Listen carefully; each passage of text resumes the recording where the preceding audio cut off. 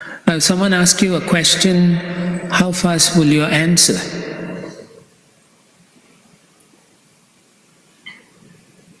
Depends on the situation. Yeah. But in general, you should. What should you say?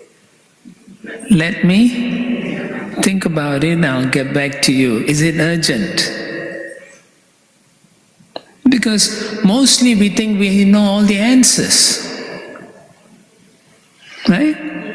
Immediately we want to be the Vyasadeva of the, that situation, Give the purport. Right? We want to do that. But if you take it easy, move back, maybe you can see a better picture of the whole thing. Sometimes someone will tell you, this is what I'm facing, but you're only seeing that scenario only. But then, but if you include a few more, then you get a better picture of the whole thing. And then you can say, I will get involved, I'm not going to get involved. But you say it in a nice way, At this moment, I don't have sufficient information or time, we'll take it later. Or please go and see your temple president.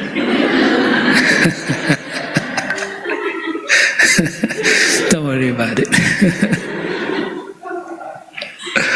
Or the senior devotee, Subal Prabhu, for wise advisors here. Okay, this is an interesting picture, but this is about being impatient and the consequences of being impatient. Who wants to read? You want to read? Oh, he wants to read, okay. Kapil. Hare Krishna. Okay, read. Impatience. Vinata could not wait for another moment. Louder. Vinata could not wait for another moment, and in her desperation to have children and feeling ashamed, broke one of the eggs. There she saw her son. Learned authorities say that the top half was well formed, but the bottom was not yet well formed.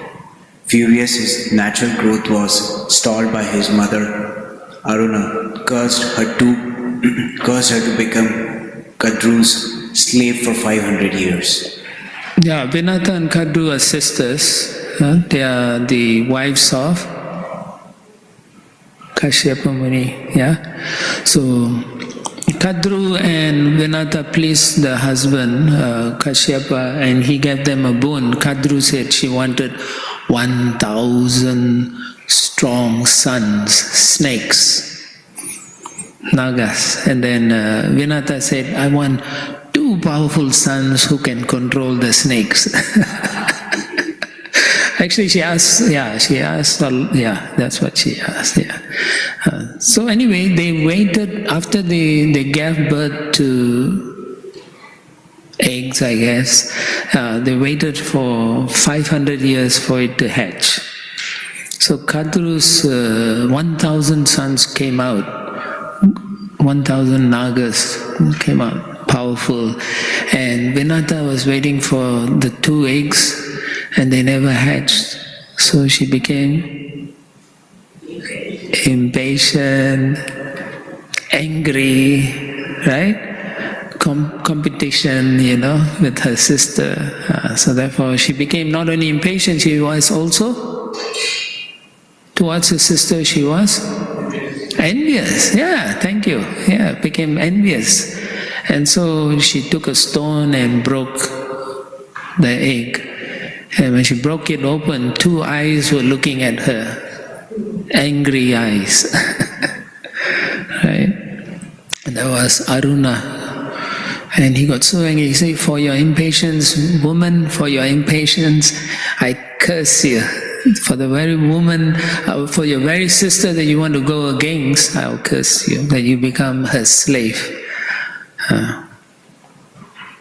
So of course, then she realized her mistake, and it was up to her second son, who is Garuda, to save her. Yeah.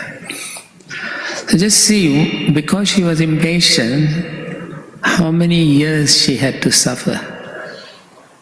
Another 500 years plus. They had to do so much slavery under her cruel sister Kadru. Okay. Now with all this, sometimes no matter what you do, you only have just patience. That's all you have. You cannot control anything at all. Remember the dawn of creation? What Brahma had to do? He had to just sit and meditate. Right? If you look at the different yugas, when they go on meditation, how many years do they do it for?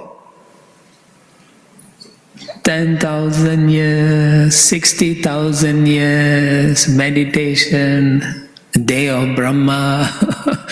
And all we have to do is meditate for 2-3 hours a day. Shame on you, shame on us, shame on all of us. Yeah? You need patience. How many of you have made or experienced cooking? Right, so you have to be patient, no? Right? When you make burfi, how many of you made burfi before? One person only. Those who haven't done, you better go and try and do it. Then you'll know what patience is. Yeah. Or sewing clothings. Yeah. Right? Takes a lot of effort, time. Yeah. Or the best, teaching someone new. How frustrating can it get? How difficult they can be. But you continue doing it because out of love, out of affection, out of care. So you spend so much of your blood and sweat to make someone into a devotee. That's patience. And you see the result, right, of your patience. And the result is you feel happy. And you never think, I wasted so much time.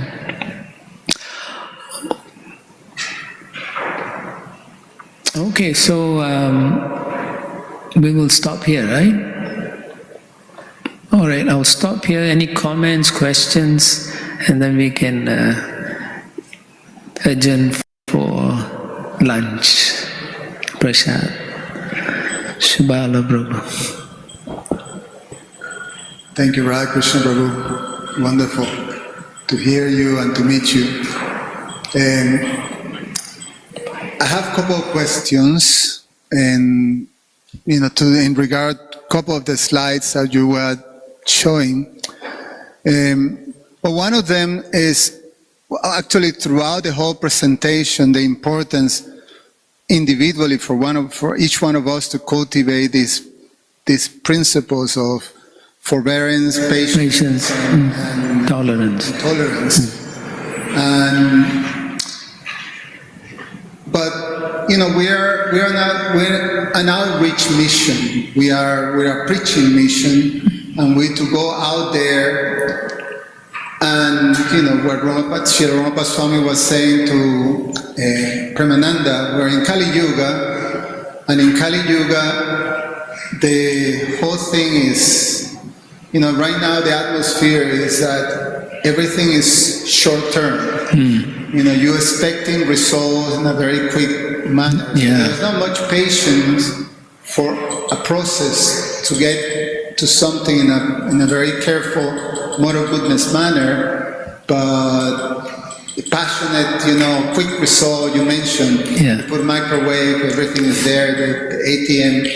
So we have to deal with that. We have to deal with an atmosphere that patience is not something that is favored.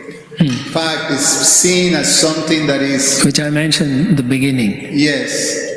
And also, there was a slide that you showed that Lord Chaitanya, I think, was telling Haridas Thakur that if you transgress etiquette, people will make fun of you, and they will, disregard you like that. But now we see that when, even in our society of devotees, when you transgress etiquette, it's celebrated. We see in Facebook, there's groups that celebrate, this type of transgressions of etiquette, and it's seen as something almost like progressive and activist type of thing. So how do you deal with things like that as a preacher, that you're trying to create some impact or something impactful in the preaching to actually be able to outreach to the world and even to cultivate our communities with this type of message? I think Premananda was making actually reference to that you really want to make sure that this culture of respect is there. Is there. Yeah, I think it starts at home. It starts at the home first, we have to practice, we have to be strict with ourselves first, each individual. But when new people who come, we need to be very gentle with them and not force all these things. We take time with them. So we are practicing patience with them to come to the standard. Now, as to the media, we can't have control over the media that people want to do. There's always going to be all kinds of negativity out there, trashing whatever we do. Generally in the media, those people who glorify all those kind of negativity is because they are looking for negativity. But if we, all of us, practice very nicely, there's less opportunity for them to find those negative things to put on the media.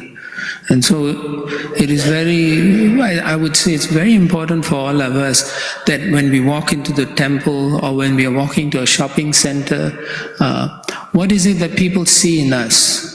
What do I want them to see? What would Prabhupada want us to be representing? So if we cultivate that level of consciousness, I think the Lord will be pleased with us, and as we progress in that, our consciousness will pervade those who come close to us.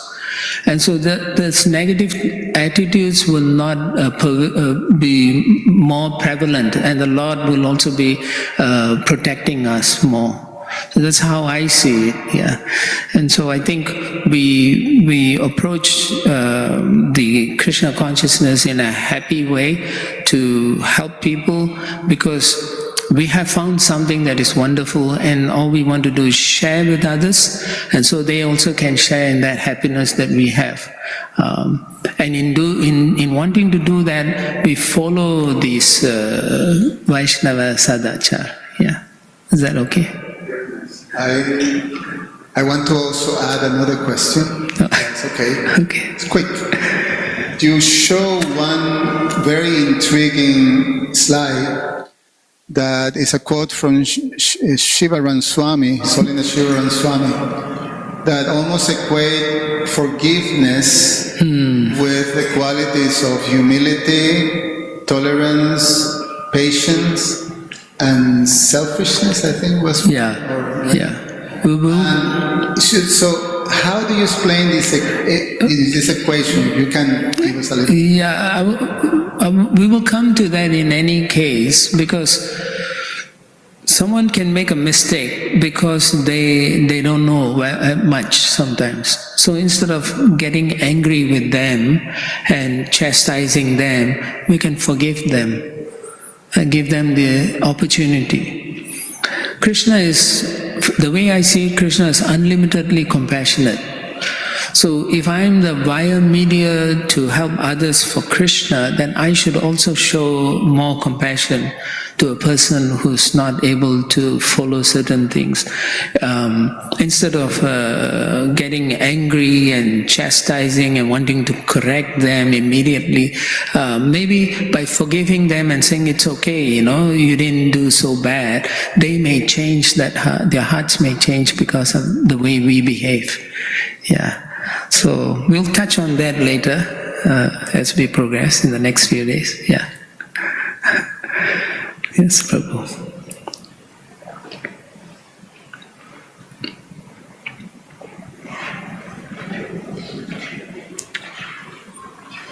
Premananda must wait actually, because you ask. Let others ask. Yeah, you can talk to me later. Yeah. No, because she has a list of amazing things she wants to address. Hare Krishna, Prabhuji. Yeah. Prabhu, most often I find myself losing patience when there is a deadline.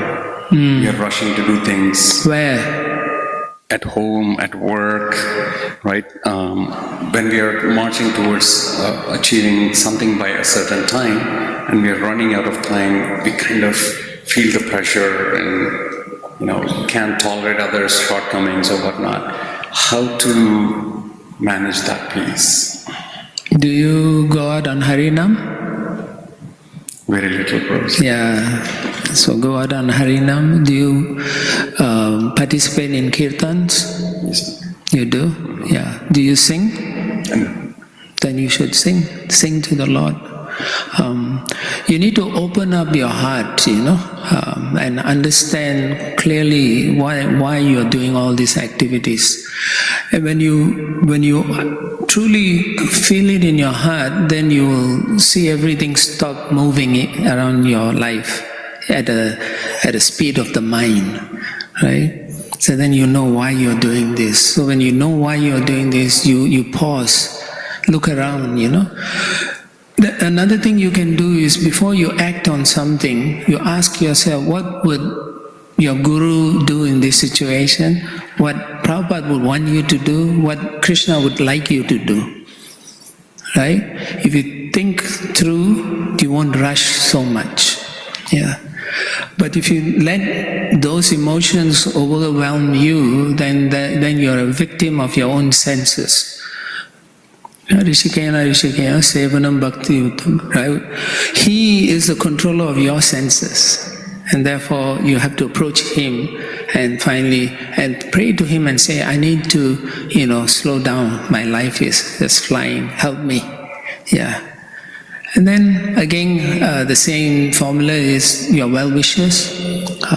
Open your heart. Do you have a confidant you can talk to? And then make adjustment in your lifestyle also. Do you go out for a walk? little. Little. That means nothing. That means you're not walking.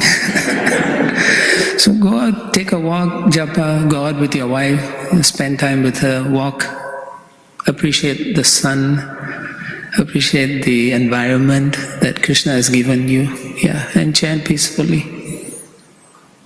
That's what I can say for now. Yes, sir. Thank you, sir. Okay, last question. Hare Krishna Prabhu, thank you for the nice presentation. I have a question related to when you are annoyed or impatient, then like sometimes you want to run away from that situation, or keeping a distance or being patient. So how you can distinguish between the three, running away or versus keeping a distance or being patient? It's a tall order, that one. How to keep yourself from running away. Yeah, that means you have to know what your duties are. Are you very clear about what you need to do? You may know your duties, but if you are not in control of your mind, you lose control. Chanchalam hi mana Krishna, right? Arjuna tells to Krishna, if your mind is not controlled, it's going to run away. Which comes down to, how do you chant your rounds? Do you have a system of chanting? What time you chant? Do you chant alone? Do you chant in front of deities? Do you chant in front of Tulsi Maharani? Those things will help you focus better, and then you will understand the situation better also. Why do you run? You run because you don't want to take responsibility. And so once you know your problem, then you are able to address your problem. But when you don't know what the situation is, you just want to run because you don't want to take responsibility. Yeah. Annoyance is, it could be anything. Anything can annoy you. A mosquito can come buzz around you and you're annoyed, right? You can't say, I'll be peaceful and patient and let the mosquito bite you. Right? So it depends on the situation. Why are you annoyed? You can always ask yourself, all right, let's say after the fact, you ran away or walked away. Do you journal? Do you have a journal? Do you know? So maybe you can write down saying why I got annoyed for today, or why I ran away for today. And then you can look at it later when you're feeling a little less anxious, and then you can ask yourself, what triggered these things? So these are all on the psychology side of the jiva, which means how he's associating himself with the modes of material nature. Karanam guna sangasya sadasa yoni janmasu. So according to the gunas we associate, we have a certain type of body we take birth with, and that may cause some problem. So how to overcome those things? Sadhu Sangha is important. How much do you value the Sadhu Sangha? And in having Sadhu Sangha, do you look to improve or do you look to just be with them, you know? So all these things, there are many factors. I'm just giving you some of them, yeah. So you have to know yourself. And finally, you have to, self-care. Take care of yourself, your needs and so on, yeah. Okay? Is that all right? I was more looking into also on the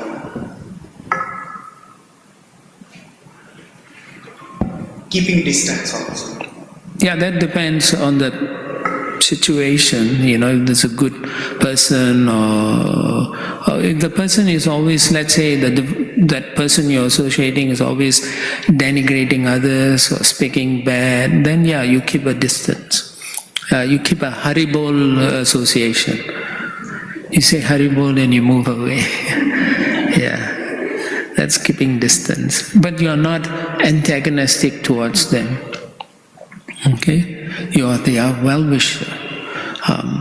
The way you become their well-wisher is you pray for them. I do not know how many of you pray for your enemies. Yeah, go back and think why you don't. The reason I'm saying is because Krishna loves each and every jiva. And if you have anger towards anyone, indirectly you're also angry with Krishna. So you need to get rid of that from your heart. So pray for those people that you want to have a pretty distant relationship. And you never know, your prayers can change their hearts. Prayers are powerful. Yeah. Okay? Thank you very much. We'll see you at 3 o'clock? Okay, thank you very much.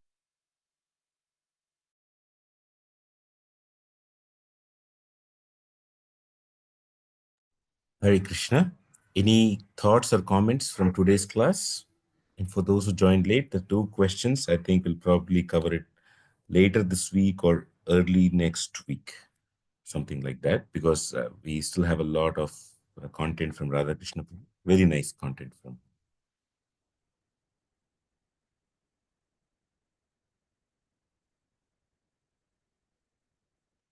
No reflections from anybody here?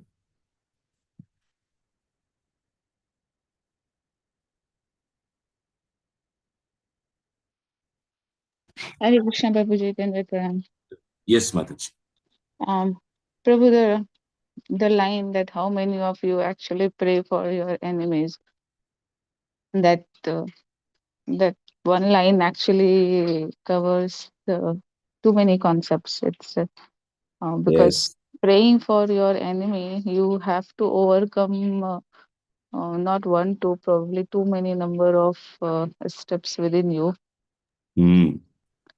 And yeah, if someone can do that, probably um, he will be quite close to Krishna if it is Correct. possible for someone to Correct. do. So that's Correct. what I want to Correct. share. Prabhu. Yeah. Hare Krishna. Yeah. It's not just the enemies. Even those who have done something good to us, we don't. I've seen it. I don't pray even for them as much because there's a barrier, as you said. The first barrier is an over importance on one's own self. We pray for our own selves, or I pray for my own self, and need to come out of it. Thank you, Mataji. You echoed even what I was feeling. Yes, Prabhu. I mean, that's the last step. The praying for enemy is like something. It's a dream at least Yeah. right now in my situation. Sharbari Mataji, thank you. Please go ahead, Sharbari. Hare Krishna Prabhu. I mean, Radha Krishna Prabhu's lectures are very beautiful. Whatever he says, the way he says, the way he answers the questions, so much to learn from his lectures. Very, very nice lectures. And what I particularly like today is when he said that how you chanting matters, whether you chant in front of the deities or in front of the Tulsi Mata and all. So that actually I started chanting before my deities, because once you had mentioned in one of the calls. So I could connect with that part well. So that's what I wanted to share. Thank you, Hare Krishna. Thank you, Hare Krishna. Anybody else would like to add something more?